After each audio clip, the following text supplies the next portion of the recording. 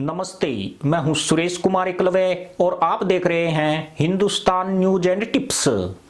दुनिया में 57 मुस्लिम देशों में से आधे से अधिक में सत्ता के लिए संघर्ष चल रहा है। इस संघर्ष में 3 दशक में 22 लाख मुसलमान हुरों की खोज में जा चुके हैं। इन 57 देशों में से अधिकतर एशिया और अफ्रीका महाद्वीप में स्थित हैं। इन देशों में अफगानिस्तान भी शामिल है, जहां 1 महीने पहले मुसलमान आतंकियों ने लोकतांत्रिक सरकार को उखाड़कर कब्जा कर लिया था। अफगानिस्तान से करीब 3000 किलोमीटर दूर एक और मुस्लिम देश यमन में भी कोहराम शुरू हो गया है। यमन के मुसलमान आतंकियों ने भी तालिबान से सीख लेते हुए अपने हिंसक आंदोलन को तेज कर दिया है।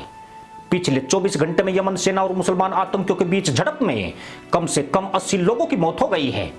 यमन के अलबेदा जिले में छिड़ी भयानक लड़ाई में हूती विद्रोहियों ने सेना के कर्नल समेत 19 सैनिकों को शहीद कर दिया है। यहीं पर 30 हूती विद्रोही भी मारे गए हैं। अल बैद यमन का वही प्रांत है जहां हूतियों की मजबूत पकड़ हो चुकी है। अब हूती भी तालिबान के नक्शे कदम पर चलते हुए उत्तर में मारिब शहर पर कब्जे के लिए लड़ाई लड़ रहे हैं। ईरान समर्थित हूती छोटे कस्बों और प्रांतों को अपना निशाना बना रहे हैं। यानी अफगानिस्तान के बाद यमन में भी कटोरा छाप टोपीबाजों की फौज तैयार हो रही है, जिन्हें पश्चिमी देशों की झुटन की जरूरत पड़ सकती है। यमन में साल 2014 से संघर्ष के भड़कने के बाद से गृह युद्ध की स्थिति बनी हुई है। इसी साल हूती विद्रोहियों ने राजधानी सना पर कब्जा कर लिया था। अब तक यमन में 1,35,000 से ज्यादा मुसलमान मारे जा चुके हैं और लाखों मुसलमान विस्थापित होकर आज दर दर की ठोकर खा रहे हैं। इसके अलावा यहाँ के लाखों मुसलमान अकाल के कगार पर पहुंच गए हैं। यूनाइटेड नेशन भी यमन को दुनिया का सबसे खराब मानवीय संकट कहता रहा है। पर हैरत की बात यह है कि पाकिस्तान और खाड़ी के जाहिल देश जो इस्लाम के नाम पर मुसलमान दहशतगर्दों के लिए भारी फंडिंग करते हैं, उनके पास ऐसे भिखारी मुसलमानों के लिए फूटी कोडी नहीं है। हूती आंदोलन का नाम इससे जुड़े परिवारों के कारण से आया है। यह परिवार सऊदी अरब की सीमा पर स्थित यमन के उत्तरी प्रांत सादा के पास रहता था। अब यह आंदोलन एक युद्ध में तब्दील हो गया है। अमेरिका के समर्थन वाला सऊदी नीति गठबंधन हाल के दिनों में इसका सबसे बड़ा दुश्मन बन गया है।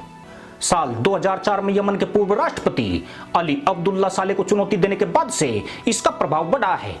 इसके बाद 2014 तक तत्कालीन राजधानी सना और देश के उत्तरी क्षेत्र में हूती विद्रोहियों ने अपनी पकड़ मजबूत कर ली।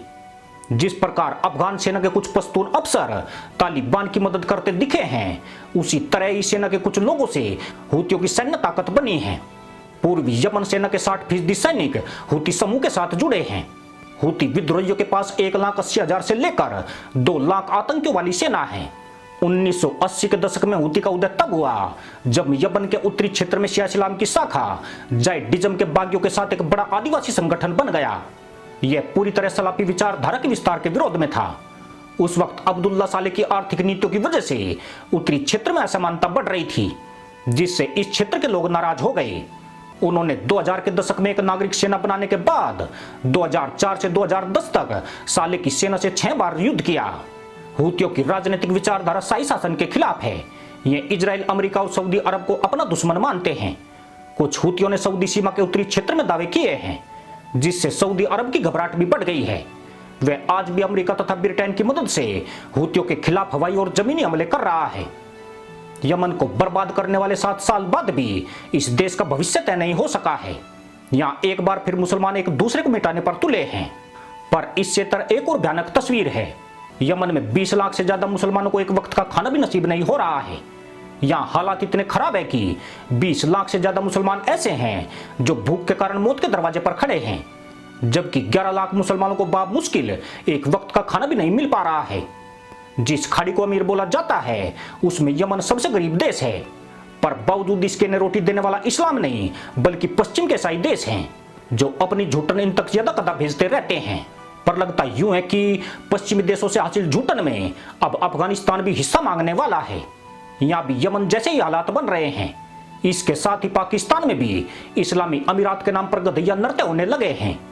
यानी इस्लाम के नाम पर लड़ रहे जाहिलों में अगली जंग भीख के लिए होने वाली है। इसी के साथ अनुमति दोस्तों, जय जवान, जय किसान, जय हिंद, वंदे मातरम।